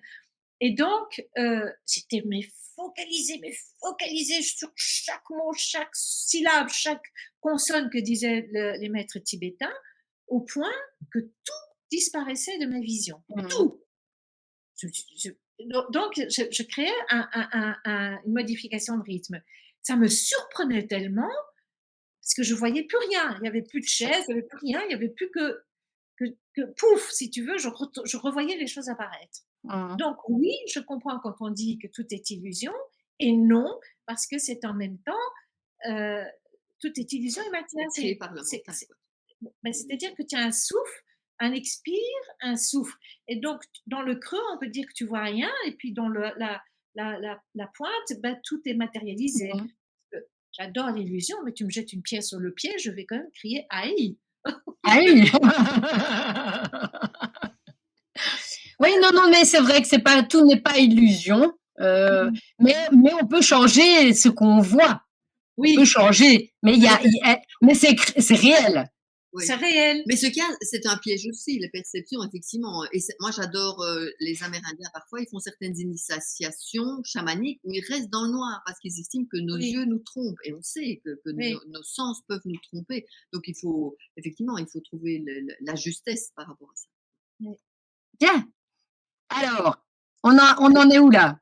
Ah ben, enfin, oui, Ben, Le tu peux principe du tout. Bah oui, que tu voulais en parler quand même un tout petit peu. Donc le principe, alors on va le traduire comme on veut. C'est celui Oui. qui englobe un peu tout, c'est ça? Oui, Oui. c'est pas, comme tu disais, c'est le mentalisme, c'est le tout. Et quelque chose d'assez important là-dedans, Dans ton 8e principe. dans le comme tu dis. 8e principe, oui, voilà, c'est l'attention, je trouve, mais ça, on en a déjà un petit peu parlé. Ben, je vais prendre un exemple Facebook, par exemple. Facebook, quelle est la grande monnaie d'échange de Facebook? C'est du temps de penser, de nouveau. Du temps de penser. Alors, qu'est-ce que Facebook cherche? Facebook cherche à avoir des annonceurs. Donc, les clients ne sont pas les utilisateurs. Nous ne sommes que de la marchandise. Quelque part, les clients, c'est les annonceurs qui vont mettre les publicités. Et donc, ce qu'ils vont faire, ils vont essayer de prendre notre temps, notre attention, le plus longtemps possible pour qu'on voit le plus de publicité possible. Et donc, je trouve que c'est très important justement de mettre son attention sur des choses importantes et de réaliser à quel point le système nous prend notre attention et nous lave le cerveau de façon générale, que ce soit en politique ou tout ce qu'on veut. Oui, ça c'est le principe du mentalisme, c'est le principe du mentalisme. de l'œuf coucou. Oui, c'est ça. Ils viennent te pondre dans la Oui, tête leurs voilà. idées, Mhm. publicité, et eux ont le principe masculin qui est ils le font. Et Oui. nous, passivement, on n'a plus aucune idée. C'est ça, c'est ça. Oui. On est Exactement. bouffé de l'oisillon de l'autre et qui nous jette dehors. Et C'est ça. Ouais, non, mais oui, non, c'est bien, oui. Ça complète un peu l'information. C'est une autre vision du mentalisme, mais c'est vrai que ça complète un peu l'info. Voilà. Ouais, ben, écoute, je pense qu'on a fait le tour de de tous les principes. Alors, on doit mettre ces principes-là en accord avec nous-mêmes dans la vie de tous les jours. On le remarque que c'est possible de le mettre dans la vie de tous les jours. Oui, C'est ce qu'on discutait tout à l'heure. Et ça va engendrer le fait de se changer et de commencer à prendre ses responsabilités dans sa vie. Et comment prendre ses responsabilités? C'est arrêter d'avoir peur, déjà, tout à fait. ne plus obéir, ne plus donner son consentement, décider de ce qu'on a envie de faire et ne plus se laisser influencer par des choses extérieures. Et c'est là qu'on va commencer à agir en tant que souverain en utilisant les lois naturelles. Et tu peux démarrer, alors Joël, dans l'idée qu'il y a des étapes à faire pour s'affranchir. Il y a 2 chemins ici qui sont proposés chez Atman qui sont assez intéressantes. Hein. Alors, il y a un chemin positif, un chemin négatif, et on voit bien qu'on est en train de prendre, d'un point de vue sociétal, le chemin négatif, donc j'en parlerai juste après, mais le chemin positif, effectivement, et on en revient. Alors, la force qui met tout en mouvement, ce qu'on avait dit, c'est la conscience, c'est la connaissance, c'est vouloir la vérité. Donc, le seul bien est la connaissance, disait, j'ai oublié qui le disait. Et donc, comment est-ce que ça débute? Ça débute par de l'attention, par de l'amour de la réalité ou de la vérité, comme on dit, qui nous mène à la conscience de notre souveraineté. Et donc là, Atman parle donc ce qui se produit en nous, c'est ce qu'il appelle une monarchie interne. Ça veut dire que nous sommes notre propre souverain et que personne d'autre n'est souverain et qu'on ne donne notre pouvoir à personne d'autre que nous-mêmes. Et donc on n'a pas la nécessité d'une autorité, quelle qu'elle soit, gouvernementale par exemple. Et c'est ça qui mène, c'est ça qui produit au dehors la véritable liberté, ce que lui appelle l'anarchie externe. Donc face à l'extérieur, donc la souveraineté est le véritable état de liberté, puisque je suis souveraine, je décide pour moi, en mon âme et conscience, donc je suis souveraine. Et ça amène, si chaque individu a ça au cœur de lui-même, eh bien, le résultat concret, la manifestation finale, c'est l'harmonie de la société, par exemple. Donc, on le voit dans la nature. La nature a l'air très chaotique. Moi, j'adore, si tu regardes la façon dont les planctons luminescents se reproduisent, enfin, on pourrait dire que c'est un peu l'anarchie. Enfin, l'anarchie n'est pas le synonyme du chaos. Hein. Mais voilà, et donc, mais ça donne lieu à un équilibre, à une harmonie et à quelque chose d'absolument magnifique. Donc, d'un point de vue politique, je pense quand même important d'en parler. Si on suit cette voie-là, on en arrive à ce qu'on appelle une anarchie coopérative. Donc, c'est pas du tout l'anarchie, n'est absolument pas l'absence de loi ou de règlement. L'anarchie, c'est juste l'absence d'autorité, c'est l'absence de maître, se dire que chacun est son propre maître et que donc on n'a pas besoin de remettre ce pouvoir. Alors le chemin négatif qu'on est souvent en train de suivre, c'est l'inconscience. Alors l'inconscience, c'est le refus, l'ignorance par exemple, hein, donc ignorer les choses. Ça vient de ce dont tu parlais, la peur. Si on a peur, on ne se renseigne pas. Et donc le contraire de l'amour pour Atman, ce n'est pas la haine, mais c'est bien la peur, parce que la peur, exactement. Voilà, l'expression, c'est ce que tu disais, hein, pleine, et elle entraîne, voilà, elle empêche l'exercice de la pleine conscience. Ça crée de la confusion, et lui, il appelle ça l'anarchie interne. C'est que, qu'est-ce qu'on fait? On remet son pouvoir dans les mains. Donc, on n'a pas de loi intérieure. Voilà, et donc on remet. On Voilà. se laisse guider par et évidemment qu'il y a une minorité de gens qui sont prêts à prendre le pouvoir, à nous soumettre, et c'est ce qui se passe. Hein. Donc ils sont prêts à obtenir cette fonction, donc de pouvoir dominer de plein droit, parce que c'est nous-mêmes qui donnons notre consentement. On donne notre consentement parce qu'on a peur de se retrouver libre dans le libre arbitre et dans le libre choix, parce qu'on se sent pas capable. Et c'est là qu'il faut qu'on travaille. C'est cette peur donc c'est bien la peur qui engendre le fait qu'on se fasse manipuler, parce qu'on ne se sent pas capable. Et ils ont fait en sorte de nous déresponsabiliser en nous infantilisant, en nous disant « mais vous n'êtes pas capable, vous ne savez pas vous y faire ». C'est ça. On peut croire que tout est compliqué pour nous empêcher la connaissance, parce qu'ils disent non, la connaissance n'est pas. Et c'est ça, le Kybalion est caché. Pourquoi? Parce que on ne veut pas que la connaissance arrive aux gens, que les gens sachent, évidemment. Et donc, la connaissance vous libérera. Voilà. Et donc, cette confusion crée le fait qu'on remette tout. On se dit, c'est plus facile, on va remettre notre pouvoir entre les mains de gens qui savent et qui vont faire à notre place, hein, donc une soumission absolument volontaire. C'est ce qu'il appelle donc la monarchie externe. Et cette monarchie externe, donc le pouvoir extérieur, euh, et le contrôle, donc les gens veulent se rassurer par le contrôle, la sécurité, et plus, enfin, une société dans le contrôle, plus elle va aller dans le contrôle. Donc là, le chemin qu'on est en train de prendre est terrible, et ça mène, au chaos à un moment donné. C'est la raison pour laquelle je pense on n'apprend pas à l'école à être créatif. On n'apprend plus l'esprit critique, le libre arbitre, parce que effectivement, ça ne peut mener qu'à une société, à une anarchie coopérative. Cette notion-là est très intéressante d'anarchie coopérative, qui est l'intelligence collective, un peu ce que tu Collective, disais. oui, exactement, l'intelligence Là, collective. les termites font des cathédrales magnifiques par intelligence collective, effectivement. Et c'est toujours la soumission commence toujours par le fait qu'on ne veuille pas savoir, par l'ignorance, toujours, et par le fait qu'on ait peur du chaos. Effectivement, là, on a peur du chaos, on veut de l'ordre, on veut du contrôle. On veut du Voilà. contrôle, tout le temps, tout le temps, tout le temps. Contrôle et sécurité, sécurité, sécurité. Ouais. Quand on observe la nature, moi j'ai quand même été élevée dans la nature, j'ai jamais vu aucune sécurité chez aucun animal. Eh ben voilà, mais j'aime bien que tu reprennes là-dessus parce qu'effectivement, ça, la sécurité, en fait, la liberté n'est pas gage de sécurité. Et ça, Non. il faut le savoir. C'est tous les jours, on ne sait pas ce qui sera demain. Et c'est ça qui est beau parce que c'est là aussi que c'est magique. Ouais. Ouais. Et c'est la Mais vie. il faut accepter. Exactement. J'aime beaucoup cette réflexion-là. Il faut vraiment pas l'oublier. C'est que le fait de prendre sa liberté ne veut pas dire qu'on choisit la facilité. Que du contraire, c'est l'instabilité constante. Et ça, c'est beau parce que ça fait partie de la vie. Mais c'est la vie, c'est la vie. Autrement, on choisit la mort. Exactement. Choisir la mort. Rien C'est à choisir faire. la mort, c'est choisir l'ennui, Oui. c'est choisir la dépression. Oui. Et plus il y a des sécurités, plus notre société est dépressive, plus notre société se drogue, se saoule et ne fait plus rien d'autre. Et devient stérile, comme tu disais, inféconde. On meurt, quoi. Le transhumanisme, qu'est-ce que c'est? C'est transformer l'homme en machine. Il y a des gens qui sont fous en pensant ça, mais c'est tout abandonner. Donc c'est vraiment devenir, c'est mourir, quoi. C'est par peur de la mort, on est en train de mourir. De ne pas vivre, de ne pas vivre. Par peur de mourir, on ne vit plus. Voilà, exactement. C'est juste l'inverse, quoi. Oui. Alors, moi, ce que j'aimerais bien quand même revenir, je vais remontrer le fameux livre, le Kybalion. Donc c'est bon, là j'ai pris l'ancien, donc c'est Études de la philosophie hermétique de l'ancienne Égypte et de l'ancienne Grèce par les trois initiés. On peut la retrouver sur YouTube parce que moi je ne sais pas, j'ai parfois du mal à lire. Enfin, pour le moment je m'habitue à recommencer à lire puisque avec la connaissance on est obligé, on repasse par cette étape de s'obliger à relire. Donc j'utilise des moyens comme fluoter pour me concentrer, etc. Mais on peut l'entendre puisque c'est sur YouTube et c'est à disposition. C'est le Kybalion par les trois initiés. Il y a possibilité de le retrouver facilement.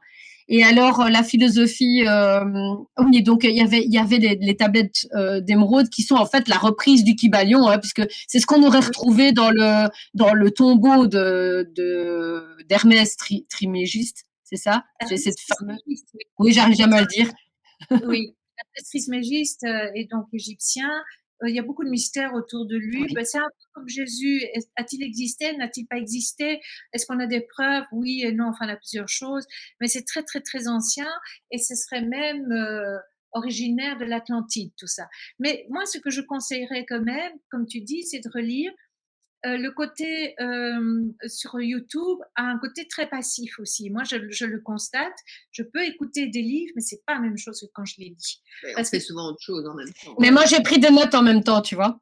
Donc moi, j'ai fait le côté. Mais alors, par contre, il y a une très belle application qui s'appelle le Kybalion, mais sur YouTube où tu as chaque jour, enfin c'est peut-être pas chaque jour, mais quelques jours, tu as toujours une philosophie qui revient avec un des principes à chaque fois, qui te remet en question par rapport à ce qu'on vit, un peu comme les Esséniens. Tu vois, la philosophie essénienne où on te remet des philosophies pour une traduction de la vie courante, mais avec des principes plus anciens. Et ça, je trouve ça chouette de pouvoir avoir une ouverture d'esprit sur sur différentes choses. En tout cas, pour tous ceux qui aiment vraiment toucher le livre, prendre note, écrire dedans, ce qu'on vient de faire ici à nous trois, j'espère que ça va donner l'envie et L'envie. le goût de lire, mais ce livre est en effet pas très facile à lire. Mmh. C'est pas un livre qu'on lit, c'est un livre qu'on Qu'on vit, étudie et on qu'on prend vit Ouais. oui, et et qu'on on vit. note et qu'on Oui, vit. exactement. Mais moi, c'est ce que j'ai fait. Je t'avoue que j'avais Ouais, pris quelques notes, j'ai quelques pages dessus,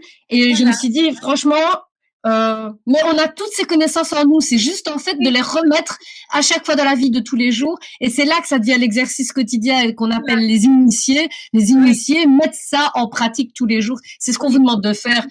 Voilà, consciemment, voilà. consciemment, oui, en Mais conscience. là où c'est une preuve pour moi que c'est vraiment une loi dite naturelle, c'est qu'on l'a en nous et que Mhm. quand on lit les Ouais. principes, la plupart disent: «Oh mais oui, bah oui!» et oui, mais allez-y plus profondément, parce que on c'est des principes qui n'ont pas de fin non plus. On peut les explorer, les explorer, les explorer et ceux qui le font, de façon très poussée, ben, ils deviennent, Des ouais, érudits, oui, des sages. des Des sages sages, oui, oui. et des magiciens carrément. Exactement. Oui, puisque c'est un peu la base aussi de, comment dire, Des qu'on magiciens, transforme qu'on oui, transforme le plan en or, donc le oui, c'est côté un ça, petit peu alchimiste. Oui. alchimie. Oui, Mais alchimie spirituelle, c'est-à-dire d'une situation qu'on vit qui n'est pas toujours, mais ça peut aller jusqu'à l'alchimie physique, puisque absolument. si on a comment dire, une puissance suffisante, on peut très bien changer ce qu'il y a au niveau du Physique. matériel physique, Oui, voilà. oui, oui. Parce que comme Qu'est-ce ça, que il y je a des guérisses, hein. Oui, C'est exactement. Mais énorme. je ne sais pas si on a encore. Ah oui, je vais te laisser quand même juste parler et toucher du bout des doigts ce que vous êtes en train de faire en Haute-Savoie, enfin en Oui, Savoie, en Savoie. et on terminera par ça. Si ceux que ça intéresse, il faut pas hésiter à revenir, à nous envoyer des petits messages, etc. On peut approfondir peut-être un thème ou l'autre. Mais ah oui, une dernière chose. Alors, il faut pas avoir peur de cette philosophie dans le sens que c'est adapté à tout le monde. Donc la liberté, tout le monde a le droit de l'avoir. Ce n'est pas une question d'être oui mais moi je suis pas intelligent, oui mais moi je ne suis pas capable. Arrêtez parce que ça c'est les peurs qu'ils essayent de vous faire croire. Mais en fait comme on vous dit que tout est en vous, l'essentiel c'est d'être dans l'idée je vais utiliser mon potentiel à l'heure actuelle pour pouvoir le mettre en pratique. Et là vous l'avez tous. Ouais. On l'a tous. On n'a pas besoin d'être ingénieur, on n'a pas besoin d'être soufis, enfin, je sais pas, enfin, tu sais, sage ou peu importe, on s'en fout. On s'en fout. Tout le monde a ces principes-là en lui. Oui, Donc, on oui, peut être tous libres. oui, C'est ça, et le mot central, c'est bien celui-là, liberté, dans que ce soit le Kybalion ou la loi naturelle, c'est la liberté, voilà, oui. la souveraineté, la liberté personnelle. Ouais, d'ailleurs, je peux rebondir là-dessus pour ce qui se passe en Savoie. C'est-à-dire que moi, j'ai été contactée il y a plus de 3 ans, peut-être 4 ans déjà, par une amie qui était aussi amie avec Thierry Bécourt. Mais je ne connaissais pas Thierry Bécourt et ils viennent ici en Belgique et ils me parlent, Thierry Bécourt et cette amie me parlent en me disant, tu sais que nous avons découvert depuis déjà un petit bout de temps qu'au fait, la Savoie est un pays libre, mais qui est pour l'instant colonisé par la France. Thierry Bécourt en parlera beaucoup mieux que moi. Et je dis, ah oui, c'est intéressant. Moi, j'entends le mot liberté. C'était aussi déjà pendant les confinements, en fait. Ouais. Ou juste un peu avant. Toujours est-il qu'ils me disent, mais parce que mes origines familiales, c'est pas LS. Moi, j'aime bien me présenter sur mon nom LS. Si vous voulez savoir, vous n'avez qu'à chercher. J'ai pas envie de parler de ça maintenant. Mais, mais par mes origines familiales, je pourrais être donc garante, me disent-ils, de la Constitution Constitution. en Savoie. Je dis, ah ben oui, ça m'intéresse, parce que moi, je suis assez... Oui, c'est vrai, la Constitution, je l'avais déjà relue entre-temps, avec tout ce qui s'était passé. Je me suis dit, mais enfin, on ne respecte même pas les constitutions, en fait. Non. Et non seulement ça, mais dans les constitutions, il y a toujours un piège qui permet justement de ne pas les respecter. Bon, ça, c'est un autre sujet. On pourra aussi en parler longuement. Et donc, le 27 octobre 2023, voilà, c'est fait officiellement. La déclaration d'indépendance de la Savoie a été faite. Les papiers ont été déposés à l'ONU, enfin tout ça n'est pas encore enregistré. Les pays ont été prévenus, qui évidemment se taisent, ne disent rien, surtout la France. Mais mon rôle à moi, c'est de rassembler tous les Savoisiens possibles pour qu'ils écrivent eux leur constitution. C'est pas moi qui l'écris, c'est pas le gouvernement provisoire qui l'écrit, ce n'est pas une élite qui va l'écrire, ce sont les Savoisiens. Et moi, ça me passionne parce que justement, c'est reconnaître la souveraineté de chaque être. Et c'est assez difficile pour l'instant pour moi de rassembler parce que je ne suis pas encore sur place, mais je dois dire que c'est passionnant et que j'ai des contacts donc avec quelques Savoisiens avec qui j'ai discuté. J'ai dit: «Mais faites-le!» et ce que j'aime beaucoup, c'est qu'ils me disent, on se tutoie: «Ah Catherine, si tu ne te rends pas compte le bien que ça nous fait de nous rendre compte de cette souveraineté que nous avons et de ce pouvoir que nous avons en tant que souverains Mhm. de décider comment notre pays va être dirigé par les gouvernants et comment ils peuvent faire et pas faire.» Et ils ont dit: «Moi, j'ai retrouvé goût à la vie.» Moi, ça me fait un plaisir fou d'entendre ça. C'est pas que j'ai juste insufflé cet enthousiasme de dire: «Vous êtes des êtres souverains et intelligents.» Et j'en ai parlé un petit peu avec Étienne Chouard, qui est hyper content d'entendre qu'enfin, il y a une expérience pareille qui se fait en Savoie. C'est un laboratoire vivant de beaucoup de liberté. Ben, c'est n'est que le début. On est confronté à beaucoup de résistances qui d'abord ne se manifestaient pas, qui maintenant se manifestent en sous-main et de façon très lamentable, c'est-à-dire qu'ils essayent de détruire les réputations des uns et des autres ou de faire partir des rumeurs totalement infondées. C'est lamentable, au fait. Il n'y a aucun courage là-dedans. Aucun. Comme ça qu'ils l'entendent, ceux qui font ça. Aucun courage. C'est minable, c'est même pas chevaleresque, quoi. Voilà. Donc ça, c'est ce qui se passe en Savoie, mais ça, c'est un gros, gros, gros chantier. C'est se décoloniser d'un pays, c'est récupérer d'une façon ou d'une autre les impôts, c'est instaurer un enseignement libre pour tout le monde, c'est créer des nouvelles académies de médecine où toutes les médecines sont accueillies et développées et étudiées. Enfin, moi, je trouve ça hyper enthousiasmant, quoi. Voilà. Écoute, on va tenir ça à l'œil, hein. De toute manière, je suis au courant de certaines choses, donc on va tenir ça à l'œil. On garde ça dans un coin de notre tête, puisqu'on va on va un petit peu vous zioter, hein, voir un peu ce que vous devenez comme ça. En tout cas, je tenais à vous remercier vraiment. Je pense qu'on a fait le petit tour de la question, hein. C'est un sujet qui est extrêmement vaste. On pourra en parler pendant des jours et des jours parce qu'on peut approfondir évidemment chaque point. On verra. On ne sait pas. Je te dis, j'essaie d'accueillir maximum de personnes et on verra ce qu'on peut faire. Pourquoi pas? Peut-être des petites capsules parfois, mais c'est par thème. Ça peut être sympa. On verra. Donc, ben, en tout cas, je tenais à vous remercier. Je vais vous laisser le mot de la fin. Si vous avez un message à faire passer à nos auditeurs. Oui. Vas-y. Vas-y d'abord. Eh bien non, très, très, très, très sincèrement, mais comme dit Anne, et comme je te l'ai souvent entendu dire dans tes capsules, il faut arrêter, puisqu'on aime bien fonctionner sur il faut arrêter, on va utiliser cette formule, arrêtez de douter de vous-même, arrêtez d'avoir peur de votre puissance, arrêtez de croire que vous êtes des idiots et des incapables. On arrête tout ça. Et on inverse, donc vous vous regardez tous les matins dans le miroir et vous dites: je ne le savais pas, mais je suis formidable. Voilà. Voilà. Moi, peut-être le mot liberté, je reprends ce mot de liberté. Je suis née avec un grand sentiment de liberté. J'ai passé mon enfance au Congo où j'étais dans la brousse, hein, à l'époque, comme on dit. Donc, j'ai passé. Donc, la liberté, que ce soit la liberté et la nature font partie de moi. Je sais très bien que je suis la forêt. Je veux dire, la forêt n'est pas indépendante de moi, que tout est dans le tout, et ça, je l'ai vécu. Et effectivement, le moteur, pour moi, c'est préserver cette liberté. C'est toujours la petite clochette de résonance qui me dit non, non, non, non, là, on est en train de te prendre sur ta souveraineté, sur ta liberté. Donc, c'est juste aussi se tourner vers son intérieur, s'écouter, hein, parce que on a tous, hein, quand je me suis vue au moment de la crise du Covid, j'ai regardé ça, je me suis dit, mais il y a quelque chose qui va pas, ça sonnait, tout le monde a dû le sentir qu'il y avait quelque chose. Et donc voilà, c'est continuer à être à l'écoute de cette petite voix libertaire, la liberté, quoi. Je ne peux pas dire mieux que ça.